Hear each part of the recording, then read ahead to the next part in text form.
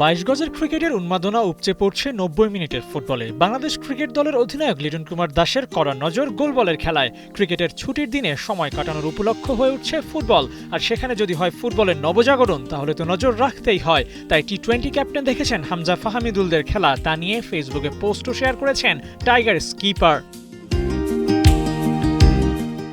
দেশ জুড়ে ফাহমিদুলদের ওয়েলকাম জানানো হচ্ছে। গ্যালারির ফাঁকা জায়গাটা খুঁজে পাওয়া দুষ্কর। স্পন্সর, মিডিয়া কভারেজেও ফুটবল এখন বাংলাদেশের মোস্ট ডিমান্ডিং গেম।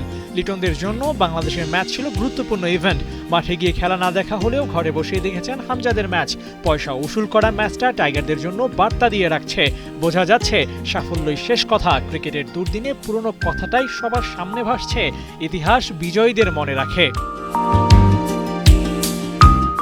এক দেশে দুই ধরনের খেলায় ক্রেজ ধরে রাখা কঠিন, আরও কঠিন ক্রিকেট টিমের কামব্যাক করা। হারের বৃত্ত ভেঙে পুরনো রূপে মাঠে ফিরে ধারাবাহিকতা বজায় রাখা টাইগারদের জন্য বড় চ্যালেঞ্জ। কঠিন এই পরীক্ষায় উতরে যেতে পারলে বাংলাদেশের ক্রিকেট নিয়েও আবারও আলোচনা হবে। তবে এর আগে বাংলাদেশ ফুটবল নিয়ে আলোচনা চলুক। কতদিন পর বাংলার ফুটবল নদীতে জোয়ার এসেছে। জোয়ারে ঢেউয়ে ভেসে এসেছেন হামজা, সমিত, ফাহমিদুলদের মতো তারকারা। ফুটবলের বিজয় ক্রিকেটে প্রেসার হয়ে আসতে পারে লিটনদের উপর। তুলনামূলক ছোট দলগুলোর বিপক্ষে হার টাইগারদের সামর্থ্য নিয়ে ওঠা প্রশ্নের ডালপালা মেলে দেয়। এমন কঠিন দিন থেকে বের হয়ে আসতে হবে বাংলাদেশ দলকে, নয়তো জনপ্রিয়তার রেসে ক্রিকেটের সবচেয়ে বড় প্রতিপক্ষ হবে ফুটবল। ক্রিকেট হারবে অবধারিতভাবে।